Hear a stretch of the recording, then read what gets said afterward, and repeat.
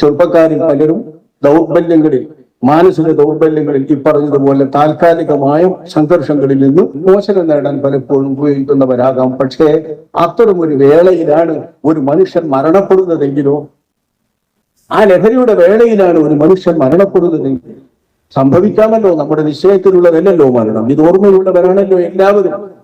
ഒരിക്കലും അവന്റെ മനസ്സിൽ ഈമാൻ നിലനിൽക്കുകയില്ലെന്ന് മുഹമ്മദ് മുസ്തഫ സല്ലല്ലാഹു അലൈഹി വസല്ലം തങ്ങൾ വ്യക്തമായി പ്രസ്താവിച്ചിട്ടുള്ള ഒരു സന്ദർഭമാണല്ലോ അത്. ഒരാൾ ഹംദ് കുടിച്ചു ഉന്മത്തനായ അവസ്ഥയിൽ അവന്റെ മനസ്സിൽ ഈമാൻ നിലനിൽക്കുകയില്ല. കാരണം ബോധമല്ലല്ലോ. ബോധമില്ലെങ്കിൽ എങ്ങനെ ഈമാൻ നിലനിൽക്കും? വിശേഷണമുണ്ടോ എന്നതല്ല, അവൻ എവിടെ മറമാടപ്പെടും എന്നതല്ല വിഷയം. അവന്റെ മനസ്സിന്റെ കത്ത് ഈമാനിക ബോധമില്ല. ഈ ഈമാനിക ബോധമില്ലാത്ത അവസ്ഥയിലാണ് ഒരുത്തിന്റെ അന്ത്യമെങ്കിൽ, മരണമെങ്കിൽ, പരലോകത്തിൽ വിശ്വസിക്കുന്ന മുസ്ലിമീങ്ങൾ ഇതിന്റെ ഉപയോഗത്തിൽ ഒരിക്കലും വരാൻ പാടില്ലല്ലോ.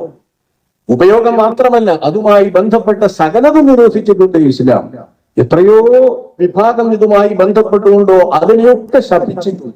പലിശ, അതുപോലെ മദ്യം, ഈ രണ്ട് തിന്മയുടെ പേരിൽ അനവധി വിഭാഗങ്ങളെ അതുമായി ബന്ധപ്പെട്ടവരെ നബി സല്ലല്ലാഹു അലൈഹി വസല്ലം തങ്ങൾ ശപിച്ചിട്ടുണ്ട്. ഈ അഭിശപ്തമായിട്ടുള്ള മദ്യവുമായി ബന്ധപ്പെട്ട ഒന്നിനും മുസ്ലിമുകളെ സംബന്ധിച്ചിടത്തോളം അവർ തിരിയാൻ പാടില്ല. പക്ഷെ സംഭവമോ, എന്ത് ലഹരി പദാർത്ഥങ്ങളുണ്ടെങ്കിലും, ഏതിന്റെ കടത്തുണ്ടെങ്കിലും, എന്തുണ്ടെങ്കിലും അതിൽ പിടിക്കപ്പെടുന്നവരിൽ കുറച്ചു പ്രതികൾ നമ്മൾ കാണും, മുസ്ലിമുകളും കാണും. ദയനീയമല്ലേ ഇത്? പ്രയാസകരമല്ലേ ഇത്? വേദനാജനകമല്ലേ ഇത്?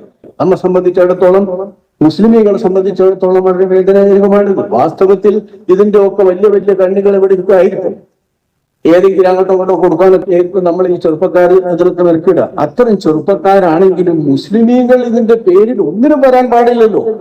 ഇതിന്റെ ഒരു ചുമതലക്കാരുമായി വരാൻ മുസ്ലിമീങ്ങൾക്ക് പാടില്ല. കാരണം മുസ്ലിമീങ്ങൾ ഇത് അറിയാത്തവൻ ഒരാളുമില്ല. ഇതിന് അനുവദനീയമാണെന്ന് ഏതെങ്കിലും നിലയിൽ വിശ്വസിച്ചാലോ, ഇത് നിരോധിച്ചിരിക്കുന്നു എന്ന സംഗതി ആരെങ്കിലും അത് അംഗീകരിക്കാതിരുന്നാലോ, അതുകൊണ്ട് തന്നെ അയാൾ മുസ്ലിം അല്ലാതായി തീരുമല്ലോ, പേരിന്റെ മുസ്ലിം തന്നെ നഷ്ടപ്പെടുമല്ലോ. ഇത്ര ശക്തമാണിത്. അതുകൊണ്ട് തന്നെ ഇതിനെതിരെയുള്ള ബോധനം നമ്മെ സംബന്ധിച്ചിടത്തോളം അനിവാര്യമാണ്. മതപരമായ ബാധ്യതയാണ്, സാമൂഹികമായ ബാധ്യതയാണ്, ഇപ്പോഴത്തെ സ്ഥിതിയിൽ രാഷ്ട്രീയപരമായിട്ടും നമ്മുടെ ബാധ്യതയാണ്.